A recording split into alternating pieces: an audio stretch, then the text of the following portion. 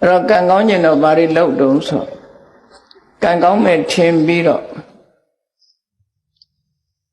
để trả lâu đi lâu trả ta đã nói bà akha mà rồi càng có bộ trẻ sự bí sẽ đi lâu trả đấy miêu miêu sự đau nào đi lâu để sự pan nào đi lâu đểအဲ့ဒါတွေလုံးယုံနဲ့ကံကောင်းနိုင်သလားဒီကနေ့ခေတ်မှာတောင်မှပဲကံကောင်းခြင်းတဲ့ပုဂ္ဂိုလ်ကလက်ကောင်းတဲ့အရာတွေကိုအဆောင်အဖြစ်အသုံးပြုနေကြသေးတယ်စဉ်းစားကြည့်ရမှာဖြစ်တယ်ကံကောင်းခြင်းတို့အဆောင်ကောင်းတွေလုပ်ကြတယ်နာမည်ကြီးဖရာပထိုးတွေတွားပြီးတော့အမျိုးမျိုးဖုံဖုံလုပ်ကြတယ်ရိစိတ်တာတို့ဆုတောင်းတာတို့ပန်းလူတာတောင်ရိုးရိုးပန်းမဟုတ်ပဲနဲ့ပေရင်ဆရာညွှန်းတဲ့ပန်းမျိုးနဲ့လှူထမ်းကြတာစဉ်းစားကြည့်မယ်ဆိုလို့ရှိရင်ကံကောင်းခြင်းလို့လုပ်နေကြတာဟာဘာတွေလုပ်ကြတော့ဆိုကံကောင်းတယ်လို့ကံကောင်းလိမ့်မယ်လို့ယူဆပြီးယုံကြည်ပြီးတုံးနဲ့တူမတူတဲ့အလုပ်တွေလုပ်ကြတယ်အဲ့တော့တုံးနဲ့တူမတူဘူးဆိုရဲကံကောင်းခြင်းရဲ့အကြောင်းဟာမတူညီဘူးဖြစ်နေမတူသည့်အတွက်ကြောင့်တယောက်လုပ်တာမှားရင်နောက်တယောက်လုပ်တာမှန်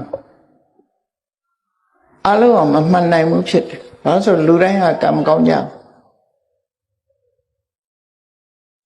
အဲ့တော့ဘုရားဝတ္တဝင်သူတော်စင်တွေအနေနဲ့ဒီကနေ့မြတ်စွာဘုရားဟောကြားဆုံးမတဲ့ပိဋကတ်3 သွဲနိကေ9 ပြာဓမ္မခဏပေါင်း84,000ဆိုတာညမပြေမှာထင်ရှားရှိတော့မှဖြစ်တယ်မိမိတို့ကိုယ်တိုင်လည်းဘုရားသရဏဂစ္ဆာမိဓမ္မသရဏဂစ္ဆာမိဆိုပြီးဘုရားတရားတန်ခါယရဏ3 ပါးကိုစိတ်ကကိုးကွယ်နေကြတဲ့ပုဂ္ဂိုလ်တွေဖြစ်တယ်ဖြစ်ပြီးသည့်အတွက်ကြောင့်ကံကောင်းခြင်းဘာလို့ရမလဲမြတ်စွာဘုရားဘာတွေဟောထားတယ်ဆိုတာသိရှိနားလည်ဖို့အမှန်တမ်းအရေးကြီးအဲ့ဒါမသိပဲနဲ့မှန်းပြီးတော့ကံကောင်းလို့ကံကောင်းညာအဆောင်ကောင်းတွေရှာပြီးတော့လုပ်နေကြတာတကယ်ရောကံကောင်းနိုင်သလားကံကောင်းလို့ရှိရင်တော့မဆိုးဘူးပေါ့သို့တော်တကယ်ကံကောင်းနိုင်သလားဆိုတာဘဝမှာအာမခံချက်ပေးနိုင်တယ်ရှိမရှိအသိဉာဏ်နဲ့ဆုံးဖြတ်ကြအောင်ဖြစ်တယ်ဆိုတော့ကံကောင်းခြင်းနဲ့ကံကောင်းခြင်းအဆောင်ကောင်းလေးဆောင်လိုက်ရင်ကံကောင်းလာမယ်လို့ထင်ကြတယ်တော်များများအဆောင်ကောင်းလေးဆောင်တာနဲ့ကံကောင်းနိုင်ပါမလားဆုတောင်းကြတယ်ဆုတောင်းရုံနဲ့ကံကောင်းနိုင်ပါမလားအဲ့တော့ဒီအဆောင်ကောင်းကိုဘယ်သူကပေးတာတုံးဆိုပေးတဲ့ဆရာလည်းရှိတယ်အဲ့ဒါဆိုလို့ရှိရင်သူကရောပေးတဲ့လူကရောတကယ်ကံကောင်းနေသလားမေးဖို့လိုတယ်လေအဆောင်ကောင်းတွေပေးတဲ့ပုဂ္ဂိုလ်ကရောတကယ်ကံကောင်းသူဟုတ်ကလားနော်ဆစ်ဆရာကိုယ်တိုင်ကတည်တတ်တယ်ဆိုရင်သူကမသေးအောင်ကုနိုင်တယ်ဆိုတာဖြစ်နိုင်ပါမလားဖြစ်နိုင်ဘူးလေအဲ့တော့အဆောင်ပေးတဲ့ပုဂ္ဂိုလ်ကိုယ်တိုင်ကရောကံကောင်းနေသလားဆိုစဉ်းစားဆုတောင်းရုံနဲ့ကံကောင်းနိုင်သလားလို့ဆိုတာစဉ်းစားကြည့်မယ်ဆိုသူလည်းဆုတောင်းမှာပဲငါလည်းဆုတောင်းမှာအဲ့တော့ဆုတောင်းလို့ကံကောင်းမယ်ဆိုလူတိုင်းကံကောင်းကြမှာပဲဒါအားလုံးကဆုတောင်းကြမှာဘုမြတ်စွာဘုရားဟောထားတဲ့မဂ္ဂင်၈ ပါးတရားဆိုတာနိဗ္ဗာန်ထိအောင်ပို့ဆောင်နိုင်တဲ့စွမ်းရည်တတ္တိရှိတယ်လူလောကမှာလည်းပဲကံကောင်းမှုအတွက်ထောက်ကူတွေအများကြီးဖြစ်စေတယ်ဒီလိုဆိုလို့ကံကောင်းမှုဆိုတာအလွယ်လေးနိဗ္ဗာန်ရဖို့သာခက်တာနိဗ္ဗာန်တောင်ပို့ဆောင်နိုင်တဲ့အကြောင်းတရားသည်ကံကောင်းမှုဆိုတဲ့အကျိုးလောက်ကတော့အသာလေးဖြစ်နေပြုလုပ်တာတမွေးဝမ်းကြောင်းလုပ်တာကြိုးစားတာအထောက်တာတတိရှိတာစိတ်တည်ငြိမ်မှုရှိတာဒါတွေကဒီ၈ ခုနဲ့ဖွဲ့စည်းထားတာကိုမက္ခလမ်းကြောင်းလို့ဆိုလိုတယ်ပေါ့အဲ့ဒီလမ်းကြောင်းကြီးကနေသွားရမယ်လို့လောကမှာတန်တရားဥက္ကတောင်လွတ်စေတတ်တဲ့ဒီလမ်းကြောင်းဟာကံကောင်းဖို့ရာအတွက်ကတော့အသာကလေးဖြစ်နိုင်တဲ့လမ်းကြောင်းပဲလို့အဲ့တော့မြတ်စွာဘုရားကဒီလိုလမ်းကြောင်းဖွင့်ပြပြီးမှန်ကန်တဲ့ တရားတွေကိုအိန္ဒိယနိုင်ငံမှာလွန်ခဲ့တဲ့နှစ်ပေါင်း2600ကျော်ကဟောပြောခဲ့တယ်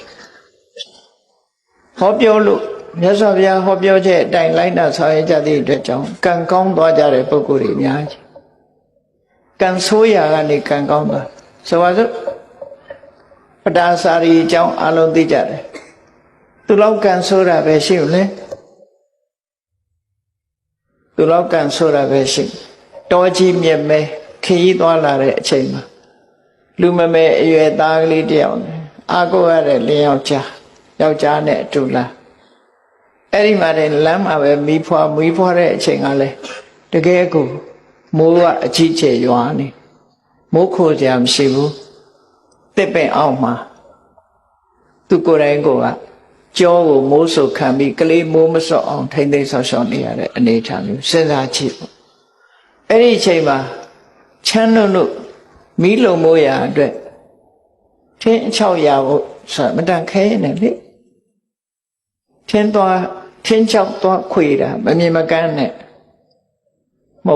ဟောက်ကထွက်ပြီးကိုက်လိုက်တဲ့အခါသေဆုံးသွားယောက်ျားသေဆုံးသွားလူမမဲကလေးလေး2ယောက်နဲ့သူ1ယောက်ထဲတော်ထဲမှာတညလုံးအဲ့ဒီကနေပြီးတော့ကလေး2ယောက်လက်ဆွဲပြီးညကရွာထားတဲ့မိုးကအလွန်ကြီးတော့ချောင်းရည်ကကြီးနေတယ်အစိရဝတီမြစ်ဆိုတာတခဏပဲရေရှိတဲ့မြစ်ပဲအဲချောင်းရည်ကိုဖြတ်ကူးတဲ့အခါမှာလူမမဲသားကလေးကိုပွေ့ချပြီးဟိုဘက်ရောက်အောင်ပို့ပြန်လာတဲ့အချိန်မှာမွေးပြီးကစားကလေးဆိုနီရဲသေးသေးလေးတားတစ်ထင်ပြီးတော့စွန်ကဝဲနေရကနေထိုးဆင်းပြီးတော့ချီတယ်ကိုကလည်းမြစ်လက်ကောင်ရောက်နေပြီဆိုတော့မောင်းမွေရခက်သွားအဲ့ဒီမှာអော်ပြီးတော့မောင်းရကနေဟိုတစ်ဖက်ကမ်းမှာစောင့်နေတဲ့သားသူခေါ်တဲ့ထင်ပြီးရေတဲ့အဆင်းလိုက်ရေတဲ့ပါသွားလမ်းမှာအာကိုရမဲ့ကိုသူ့ရဲ့အမျိုးသားသိဆုံးသွားတယ်စိတ်နှလုံးဖြည့်ပေးနိုင်တဲ့သားလေး2ဦးကလည်းပဲတဦးကစွန့်ချီသွားပြီးတဦးကရေထဲပါသွားတယ်သူတယောက်တည်းရှိသွားလူဘဝကြုံရတာတွေကိုပြောပြတာနော်ကိုယ်တိုင်ခံစားရရင်ဘယ်လိုနေမလဲစဉ်းစားကြည့်အဲ့ဒီတော့သူ့ဘဝမှာခံစားလို့စိတ်ဖြည့်စရာဆိုလို့အိမ်မှာအမေရဲ့ဖေးရဲ့မောင်လေးရဲ့ရှိသေးတယ်အာကိုရကြီးနဲ့တာဝတိမြို့သို့တော့လမ်းမှာတွေပဲသတင်းဆိုကြားရတယ်ညကလေကြီးမိုးကြီးကြပြီးတိုက်ပြိုကြလို့အမေလည်းဆုံးအဖေလည်းဆုံးမောင်လေးလည်းဆုံးဆိုတဲ့သတင်းကြားကဲယနေ့မှာဆုတ်တက်သွားပြီးသူဟာတောကဖြစ်သွားအဲ့ဒီတောကကြောင့်ယူသွား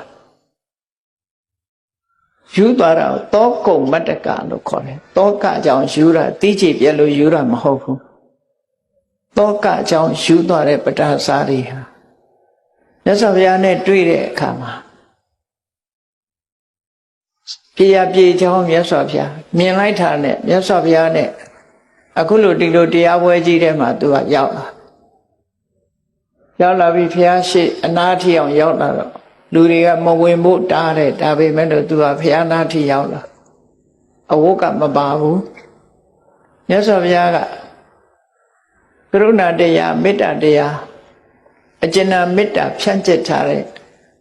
နှလုံးသားရှိတဲ့စကားနဲ့တတိထားပါလို့ပြောလိုက်တဲ့စကားနားထဲဝင်သွားတဲ့အခါသူတောကလေးဟာရော့ကျသွားအဲ့ဒီအချိန်မှာတတိပြန်ရလာတော့လောကကြီးမှာရှိသမျှနေရာတွေအားလုံးနဲ့လူမျိုးလုံးနဲ့သက်ဆိုင်တဲ့ဆိုတဲ့မြတ်စွာဘုရားရဲ့စကားရှင်းပြတဲ့တရားစကားကိုနားထောင်ရင်အသိဉာဏ်တွေဖြစ်လာတယ်ဟုတ်တာပဲငါတယောက်တည်းမှမဟုတ်တာတလောကလုံးဟာအိုခြင်းနာခြင်းသိခြင်းဆိုတဲ့ဆင်းရဲဒုက္ခတွေကြုံတွေ့နေကြတာစဉ်းစားတတ်လားစဉ်းစားဉာဏ်ကမှတောကကိုဖယ်နိုင်တာဖြစ်တယ်အဲ့ဒီချိန်မှာသူတောကရောကြသွားပြီနောက်ဆုံးမှာယဟန်ဘဝရောက်သောတပန်ဖြစ်တရားဆက်ကျင့်တော့ယဟန္တာမဖြစ်သွားတယ်ကြည့်လေလမ်းစဉ်မှန်ကန်တဲ့အမြင်တွေ့လိုက်တဲ့အခါမှာကံဆိုးတဲ့ပဋ္ဌာစာရီဟာကံကောင်းသူမှဖြစ်သွား ကိုယ်ရဲ့ချမ်းသာတဲ့လူတွေဟာအဆောင်ကောင်းလို့ချမ်းသာနေကြတာလားစီးပွားရေးအောင်မြင်နေတဲ့ပုဂ္ဂိုလ်တွေဟာအဆောင်ကောင်းလို့လားမေးကြရှိတယ်လေသူတို့ဘာတွေကောင်းလို့ချမ်းသာတာလဲဆိုတာမြတ်စွာဘုရားဟောတဲ့အခါကျရှင်းအဲ့တော့ဘုရားဘာသာဖြစ်ပြီးတို့တွေဟာကံကောင်းခြင်းလို့ရှိရင်ဘာလို့အမဲဆိုတာတိတိကျကျမသိချပဲနဲ့ဆူတောင်းတာဟာကံကောင်းတယ်လို့ထင်တယ်အဆောင်ကောင်းဆောင်လို့ရှိရင်ကံကောင်းတယ်လို့ထင်တယ်ကြံပင်ဆိုင်ရင်အကြံစီအောင်တယ်လို့လည်းပြောကြတယ်ဂျင်းဆိုင်တဲ့အခါမှာချက်ချင်းကြီးပွားတယ်လို့လည်းပြောကြဒါတွေဟာဟုတ်ကဲ့လားအများကြီးပဲအကုန်လုံးတော့မပြောချင်ပါဘူးနော်ရေတရားဆိုတာအများကြီးပဲလုပ်နေကြရှေးတကုံဘုရားပေါ်တက်ကြည့်စနေတော်ကဘုရားစနေသားသမီးတွေလာပြီးရေလောင်းတဲ့မွန်းနေတနင်္ဂနွေတော်ကဘုရားတနင်္ဂနွေသားသမီးတွေလာမောင်းဘာလုပ်ကြတာတော့လို့မင်းကံကောင်းခြင်းလို့လုပ်နေကြတာအဲ့ဒါတွေဟာကံကောင်းနိုင်သလား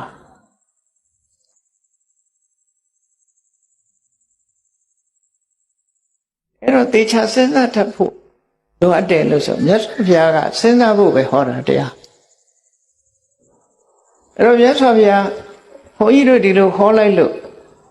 ဗေဒင်ဆရာတွေထိခိုက်သွားတယ်ဆိုလို့ရှိရင်ထိခိုက်အောင်ပြောတာမဟုတ်ပါဘူး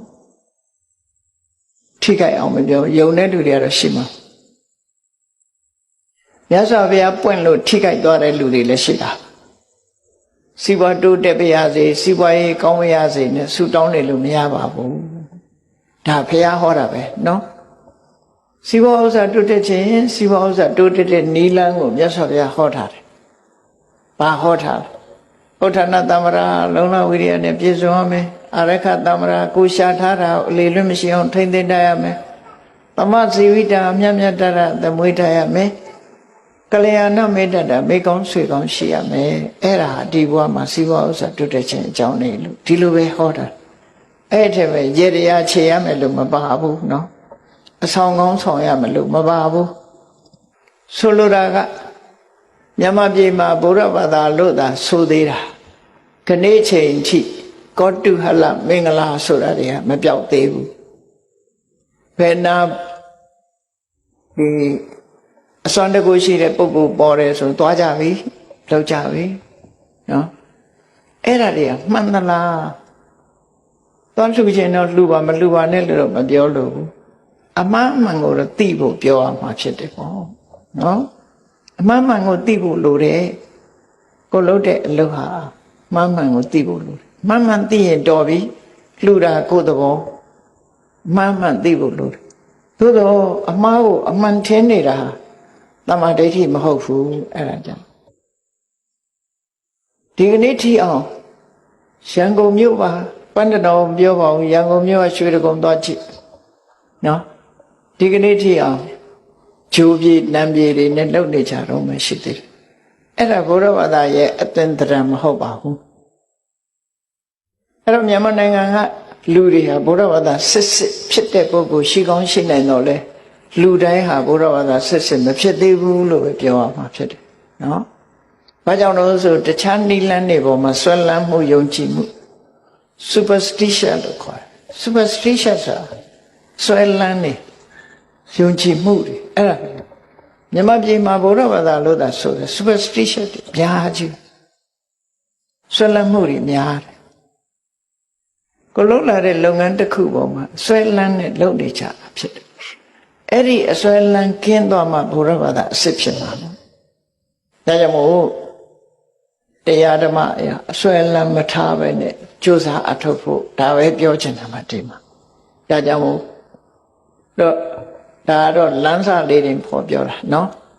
လမ်းစာလေးဖော်ပြောတာဒီ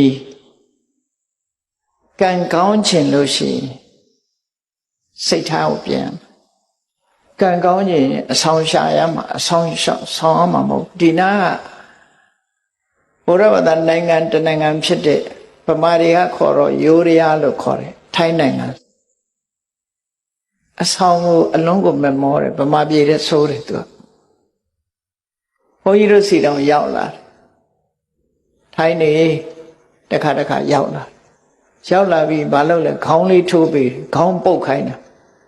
နာနာရိုင်းလိုက်ရင်တော့မှတ်ကောင်းမှတ်သွားလိမ့်မယ်ခေါင်းပုတ်လိုက်တာနဲ့သူက blessing ပေးတယ်ဆိုပြီးကျင့်တတ်ခေါင်းပုတ်ခံရတာဘာကျင့်တတ်เสียခေါင်းကိုယ်ကောင်းလာပုတ်တယ်ဆိုဘယ်ကျင့်တတ်เสียခေါင်းနော်တပြည့်စည်းနဲ့ခေါင်းဖြန်းဖြန်းနဲ့ရလိုက်ရင်သဘောတွေကိုကြတပြေကကလေးနဲ့သာရေပက်လိုက်မယ်ဆိုရင်ပုဂ္ဂိုလ်သဘောကြကံကောင်းသွားတယ်လို့စိတ်ထဲမှာထင်တယ်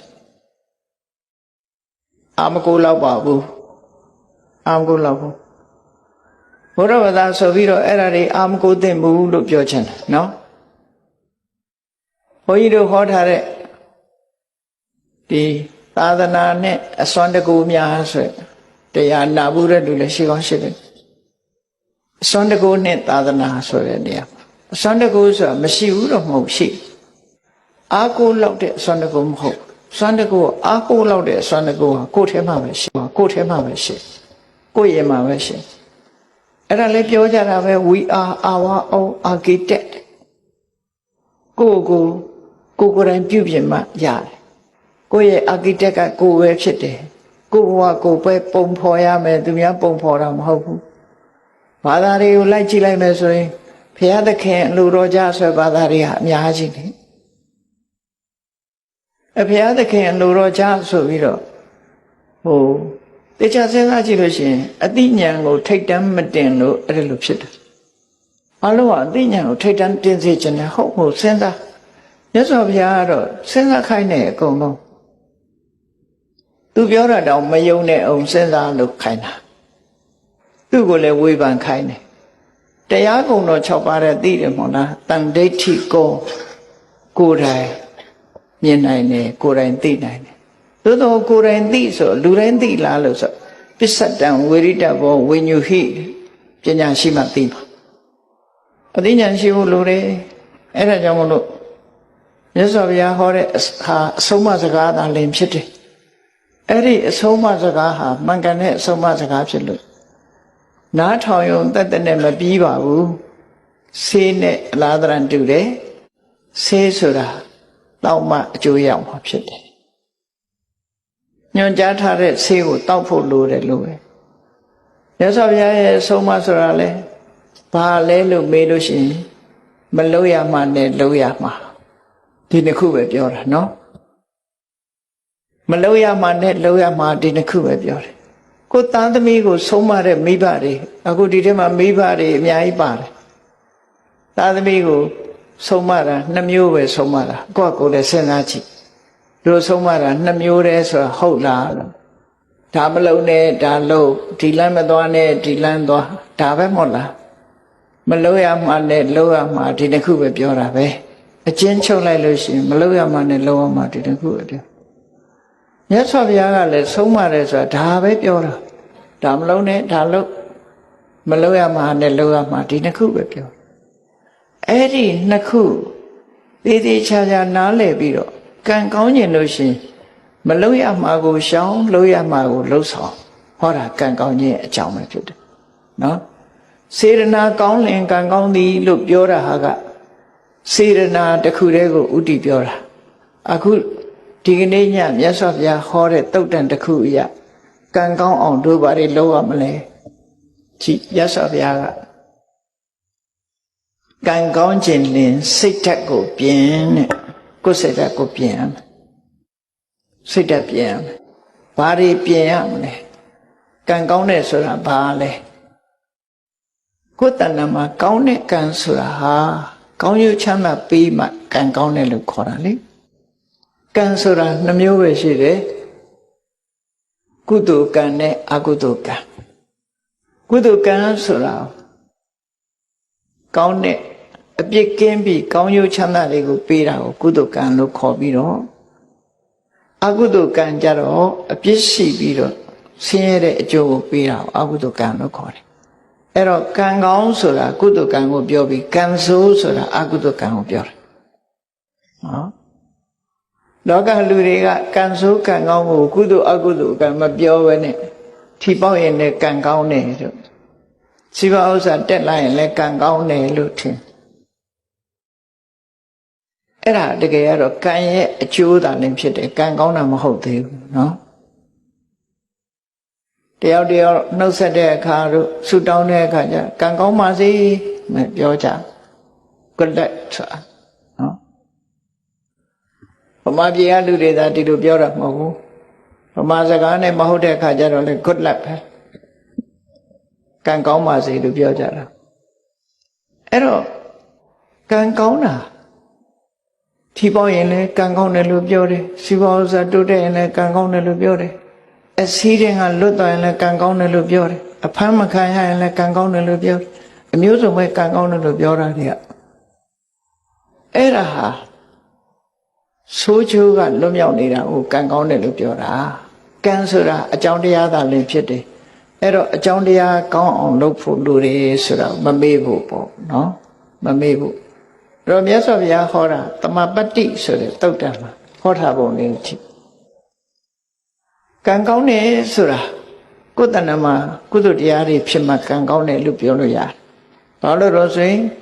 အနဝိဇ္ဇာဒုက္ခဝိပါကလက္ခဏာအပြစ်ကင်းပြီးကောင်းကျိုးချမ်းသာတွေကိုပေးနိုင်တာကုသိုလ်တရားတဲ့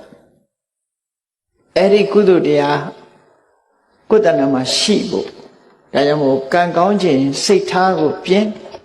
စိတ်ထားကြတော့ပြင်မွေးရမေ့ကြသတိမထားကြဘူးဘုရားဘာသာဖြစ်ပြီးတော့စိတ်ထားမကောင်းတဲ့လူတွေအများကြီးဖြစ်ဘုရားဘာသာဖြစ်ပြီးမြတ်စွာဘုရားရဲ့အဆုံးအမနဲ့အညီမနေနိုင်မဲနဲ့စိတ်ပုတ်စိတ်ယုတ်တွေနဲ့နေကြတာတွေကအမတန်မှများအဲ့တော့စိတ်ထားကိုဘယ်လိုပြင်ရမလဲလို့ဆိုတာကိုကြည့်မြတ်စွာဘုရားရဲ့အဆုံးအမအပေါ်သို့မဟုတ်ကောင်းတဲ့အလုပ်လုပ်ရတဲ့အပေါ်မှာယုံကြည်မှုစိတ်ဝင်စားမှုနေပါတာကိုအတ္တထသရတရားကိမဲ့ခြင်းလို့ဆိုရလို့လူတယောက်ဟာစိတ်ဝင်စားဘူးဆိုရင်ကိုယ်အိမ်မှာကိုယ်ဝယ်ထားတဲ့ဘုရားကတော်တန်ရှင်းလုပ်ချင်မှလုပ်မှလေစိတ်ဝင်စားပန်းလဲဖို့လည်းစိတ်ဝင်စားဥပုံနေဥပုဆောင်ဖို့လည်းစိတ်ဝင်စားမနဲ့ထားတန်ဃာတွေဆွမ်းလောင်းဖို့ဆိုစိတ်ဝင်စားအဲ့ဒီလိုတရားပွဲရှိလို့တရားပွဲသွားဖို့တရားနာဖို့စိတ်ဝင်စားအဲ့ဒါအတ္တထလို့ခေါ်တယ်အဲ့ဒီအတ္တထဆိုတဲ့မယုံကြည်မှုရှိလို့ရှိရင်စိတ်ကောင်းတဲ့အလုပ်ကိုစိတ်မဝင်စားဘူးဆိုရင်ကံမကောင်းဘူးတဲ့ဒါကြောင့်ကံမကောင်းစေတတ်တဲ့စိတ်မဝင်စားဘူးကောင်းတဲ့အလုပ်ပေါ်မှာစိတ်မဝင်စားဘူးဆိုတဲ့တရားတရားကင်းမဲ့နေတဲ့စိတ်ထားကိုတရားတရားထက်သန်တာနဲ့ပြုပြင်ပေးလိုက်ပါစိတ်မဝင်စားရင်စိတ်ဝင်စားအောင်လုပ်ပါဘယ်ဆရာတော်တရားဟောမြတ်စွာဘုရားတရားတွေကပဲဟောကြမှာပဲဖြစ်တယ်သွားပြီးတော့တရားနာပါနာပြီးတော့တရားနာမယ်အသိဉာဏ်တိုးအောင်နာမယ်ရေရမောရလို့ဆိုတဲ့အတွေးတွေနဲ့မတွေးပါနဲ့ဘယ်တရားပွဲကရည်ရတယ်ဘယ်တရားပွဲကတော့ငိုက်တယ်ဆိုတာမျိုးတွေမဖြစ်စေ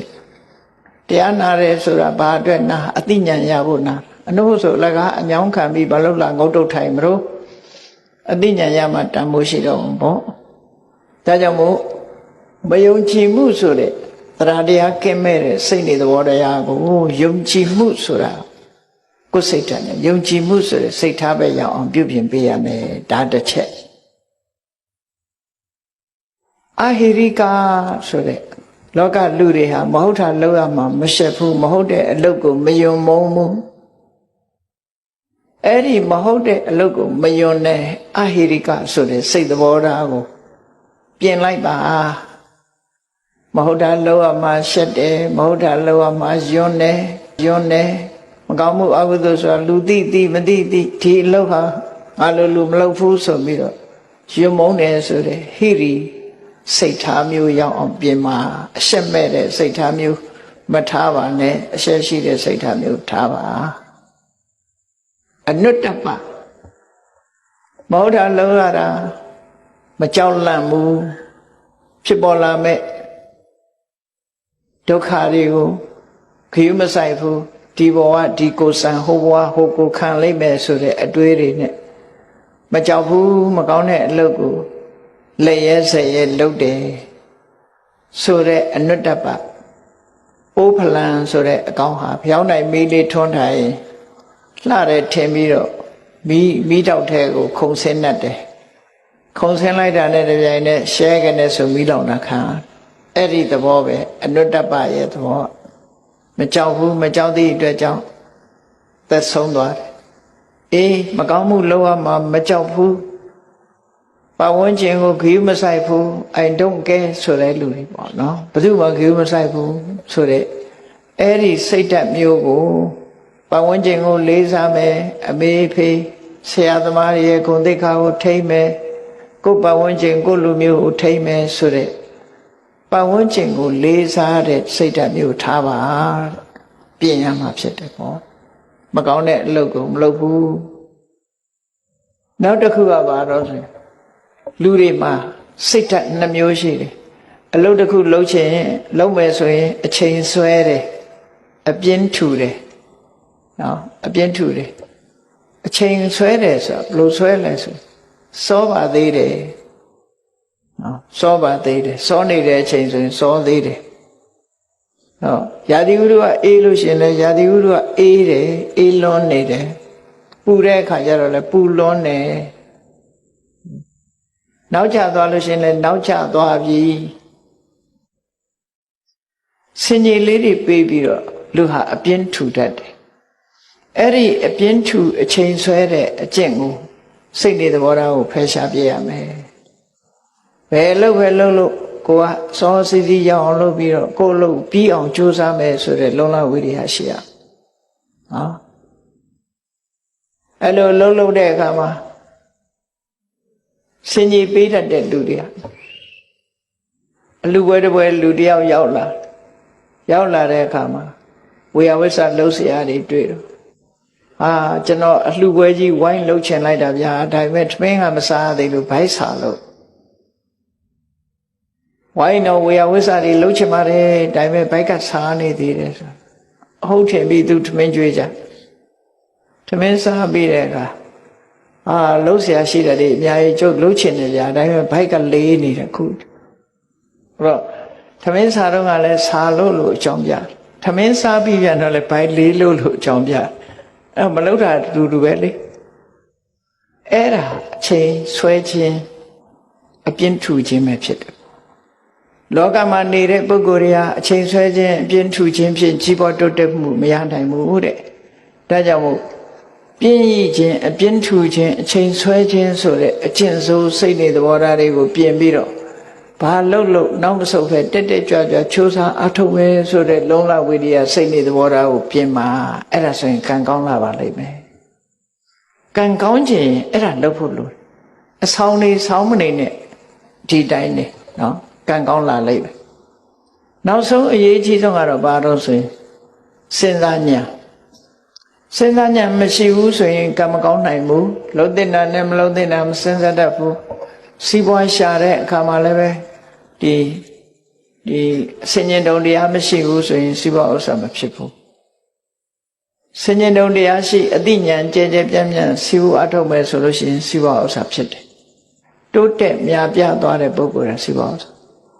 ဒီပန္တနောမျိုးကနေပြီးတော့ကပ္ပကုလသမဂ္ဂမှာအတွင်းဝင်ချုပ်ထီအောင်ဖြစ်သွားတာဥတ္တန်ဆိုတာအလုံးသိနေကြသူဟာပြင်းထူနေလို့ဖြစ်တာလားကြိုးစားလို့ဖြစ်တာလားပညာမဲ့ရဲ့တန်းနဲ့ဖြစ်တာလားပညာရှိလို့ဖြစ်တာလားပြောကောင်းပြောကြလိုက်မယ်ဥတ္တန်ကံကောင်းတယ်လို့နော်တကယ်ကတော့ဥတ္တန်မှာအခုလို့အရေးချင်းကောင်းနေရှိလို့ဖြစ်တာဖြစ်တယ်သူဟာအပြင်းမထူဘူးပညာထက်မြက်တယ်မကောင်းတဲ့အလုပ်ကိုရှက်တယ်ဥတ္တန်ရှစ်ပုံလေးတခုပြောပြမယ်နော်ဗမာဥတ္တန်ဆိုတဲ့အထုပ္ပတိစာအုပ်ကိုပထမအင်္ဂလိပ်လိုရေးတာအင်္ဂလိပ်လိုရေးတဲ့အခါကျတော့စာရေးဆရာမကဥတ္တန်စီသွားပြတယ်စာမှုမှာသွားပြတော့ဥတ္တန်ကကြည့်ပြီးကျွန်တော်မဖတ်တော့ပါဘူးတဲ့ဘာဖြစ်လို့လဲကျွန်တော်တခုပြင်မိရင်ကျွန်တော်ပတ်သက်သွားလိမ့်မယ်ကိုထုပ္ပတိကိုလုံးတယ်လို့ဖြစ်သွားလိမ့်မယ်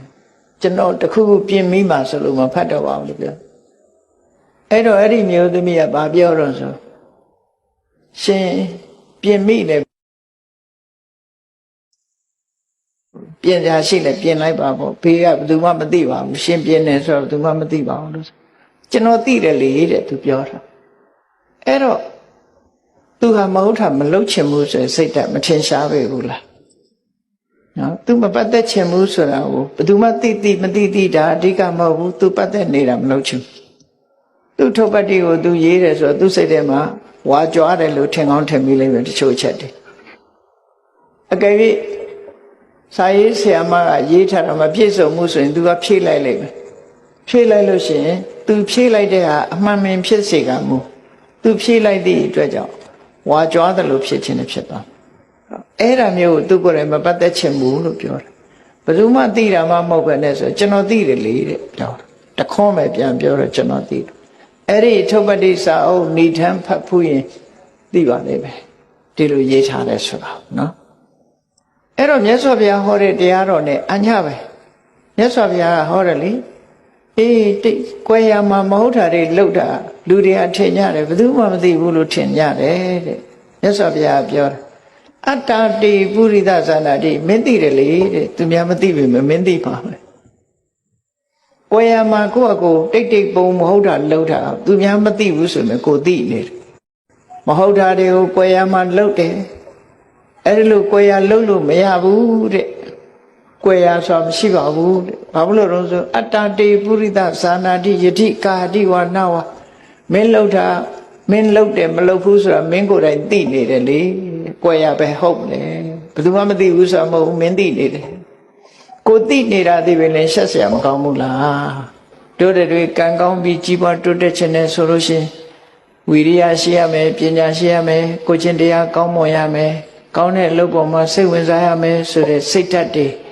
မိမိရဲ့တဏ္ဍာမှာမရှိသေးရင်ရှိအောင်ရှိပြီးလို့ရှိရင်တိုးတက်ရှင်သန်များပြားခိုင်မာလာအောင်ကြိုးစားအထောက်ကြအမှာဖြစ်တယ်လို့ကိုယ်စီမှတ်သားပြီးကျင့်ကြံပွားများကြိုးစားအထောက်နိုင်ကြပါစေကုန်သတည်း